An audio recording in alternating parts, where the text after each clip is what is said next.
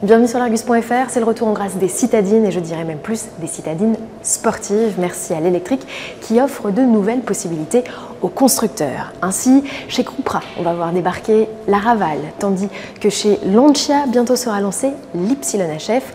Aujourd'hui, on connaît l'Abarth 500i ainsi que la Mini Cooper SE. Et à la fin 2024, début 2025, il y a une concurrente française qui va débarquer, c'est l'Alpine A290, la cousine survoltée de la Renault 5. Et entre les deux modèles, le courant passe, même si elle ne joue pas dans la même cour. Voyons tout de suite les différences.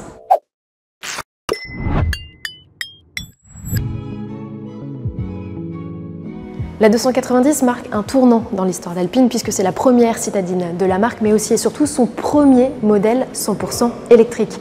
On l'a découvert sous la forme d'un concept, la 290 Beta. Elle se présente aujourd'hui en studio et simultanément au 24 heures du Mans dans sa forme définitive. Entre elle et la R5, sa cousine, donc, elle partage de nombreux éléments, à commencer par son aspect visuel.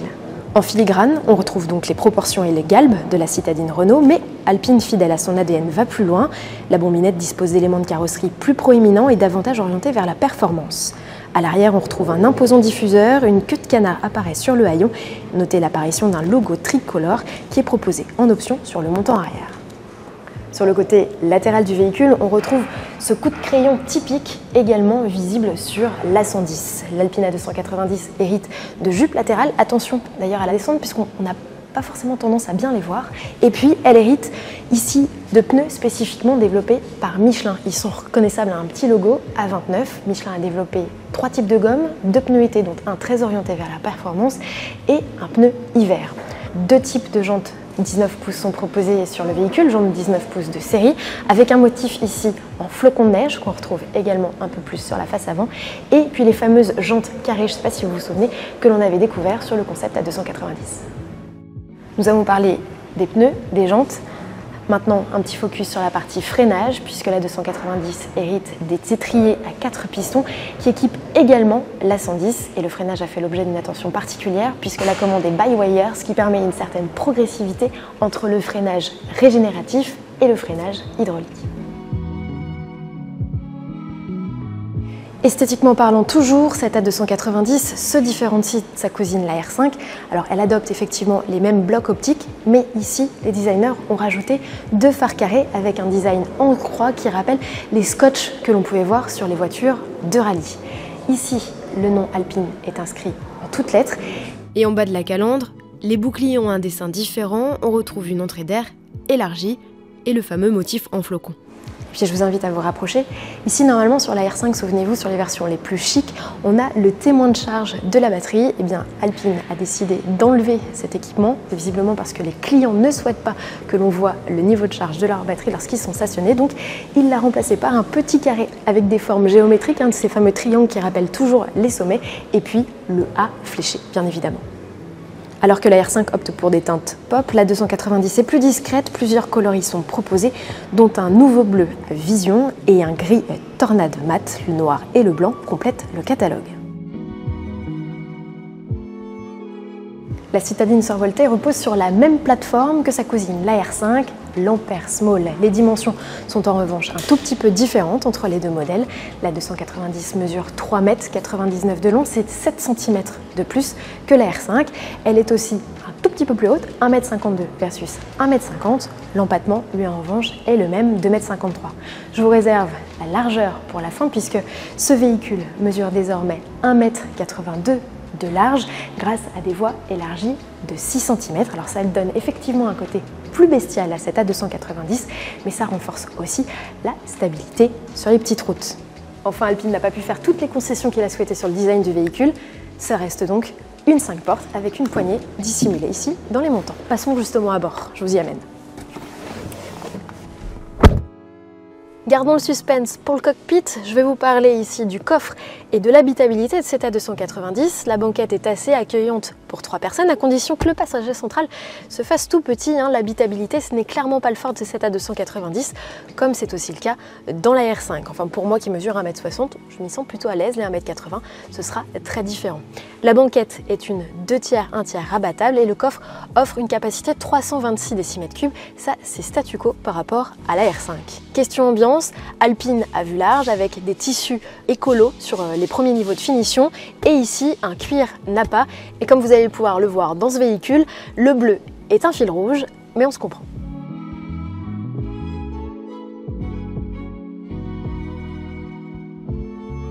Bienvenue à bord de la R5. Non, pas du tout, vous allez voir que l'Alpine A290 a quand même des choses très différentes par rapport à la citadine au losange. Alors certes, le mobilier est implanté de la même façon, mais les graphismes sont très différents. On y reviendra un petit peu plus tard. Je vais commencer par vous parler de ce volant avec un double méplat et ici un point milieu en cuir, ce que n'a pas la R5. On a un design aussi très différent, avec une gaine de volant qui est un peu plus épaisse pour une meilleure préhension et puis un design assez différent avec cette partie centrale ronde. Sur la R5, on avait vraiment plus un rectangle au milieu du volant. Sur cette A290, il y a 2 nouveaux boutons que n'a pas la R5. La R5, elle a bien le drive mode, donc l'Alpine A290, là aussi, il y a 4 modes de conduite, mais vous avez vu apparaître un bouton bleu et un bouton rouge. Alors je vais commencer par le bouton rouge, ça s'appelle l'Overtake, c'est un peu comme en F1 et ça va permettre au conducteur d'avoir un surplus de puissance, et puis il faudra un petit temps de régénération avant qu'on puisse de nouveau l'utiliser. Et puis ce bouton bleu qui s'appelle Recharge, là c'est pareil, c'est un peu comme en F1, ça va permettre au conducteur de paramétrer le niveau de récupération d'énergie au freinage. Alors en mode 0, vous êtes en roue libre et en mode 2 et 3, vous récupérez beaucoup plus. Comme sur la R5, on a ici des commandes pour accéder à la climatisation qui sont toujours des boutons physiques. En revanche, grosse différence, sur la R5, vous vous souvenez, le levier de vitesse se trouvait au niveau du volant. Et bien ici, Alpine a fait en sorte de faire un petit clin d'œil à l'Alpine A110 en mettant la commande de boîte entre guillemets au niveau de la console centrale et on retrouve un peu la même architecture que dans la 110 avec les boutons D, N et R disposés de façon triangulaire. Sportive oblige, Alpine a travaillé sur le maintien des sièges. On bénéficie ici de larges renforts latéraux et c'est plutôt assez confortable. La planche de bord, elle, accueille l'Annunzio A290 face aux passagers. Et puis pour compléter l'esprit un peu sportif, on a un pédalier et un repose-pied en alu. Question finition, c'est plutôt flatteur, dommage que certaines parties moussées côtoient des plastiques plus basiques.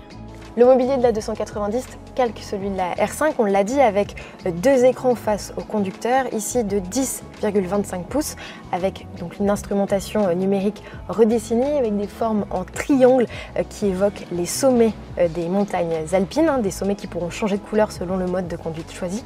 Et puis ici, donc un système multimédia sur une dalle de 10,1 pouces géré par Android qui permet d'avoir la cartographie Google comme on l'a vu sur la R5, mais aussi et surtout chez Alpine, un système de télémétrie embarquée. Et là, ce qui est plutôt sympa, c'est que le conducteur va pouvoir avoir accès à des données en live sur sa conduite, mais aussi des données sur l'état de sa batterie. Et il va aussi pouvoir profiter de conseils de pilotage. Et Alpine va même plus loin puisqu'on le sait que le constructeur veut séduire une clientèle jeune. Et il y aura même des challenges à accomplir, soit sur route fermée, soit sur route ouverte. On a parlé de ceux qui se voient, parlons à présent de ceux qui ne se voient pas. L'Alpine A290 utilise le même châssis que la R5, c'est la plateforme Ampere Small avec un train arrière multibras légèrement vu puisqu'on l'a dit, les voies ont été élargies. À l'avant, on a un berceau moteur en aluminium inédit pour lui permettre d'accueillir ce moteur. Ce moteur, c'est celui de la Mégane E-Tech ou encore du Scénic. Il développe 220 chevaux dans sa version la plus performante, un mode dégradé entre guillemets, permet d'en offrir 180. Le couple sur cette version de 180 est de 280 Nm alors qu'il est de 300 Nm sur la version de 220 chevaux. La batterie de 52 kWh fait partie intégrante du châssis, c'est exactement la même que sur la R5, à la différence que l'Alpine A290 bénéficie d'un logiciel de gestion de l'énergie très différent puisque, on l'a dit, l'Alpine A290 est une sportive et donc il faudra permettre à la batterie d'offrir les meilleures performances qui soient quand le conducteur le décidera. La 290 est équipée de série d'un chargeur de 11 kW et d'un chargeur rapide de 100 kW lui permettant de recouvrer 80% de sa batterie en 30 minutes. La citadine vitaminée profite aussi des fonctions V2G et V2L permettant respectivement de renvoyer du courant dans le réseau électrique ou de brancher de petits appareils électroménagers d'appoint. Alpine annonce, quel que soit le modèle, puisqu'il bénéficie du même moteur, d'une autonomie similaire, fixée aujourd'hui à 380 km, mais en cours d'homologation. Enfin, le constructeur annonce un chiffre, un 0 à 100 en 6 secondes 4, ce qui ferait de l'Alpine A290 la meilleure de son segment en attendant d'autres concurrentes. Bon, et au volant ça donne quoi? Alpine dit avoir travaillé les réglages de sa citadine pour en faire une voiture joueuse, mais pas piégeuse. Elle se veut sportive, agile, mais aussi confortable au quotidien avec ses suspensions à butée hydraulique, les mêmes que la 110. Les barres anti-roulis avant et arrière sont spécifiques pour un meilleur équilibre. Le système de gestion du couple est aussi spécifique au modèle haut à fléché pour une répartition optimale de la puissance aux roues et des accélérations plus progressives, sans à-coups. La 290 reste une traction, une version 4 roues motrices de 300 chevaux serait à l'étude selon les informations de l'Argus. Alpine a également veillé à contenir le poids de son modèle sous les 1500 kg, 1479 précisément.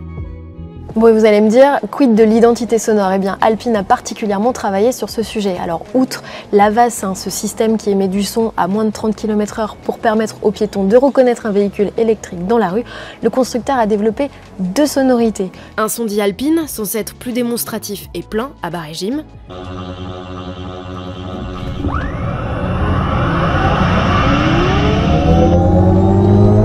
Un son dit alternatif, plus ciselé et pur pour un accompagnement plus subtil et constant d'après le constructeur.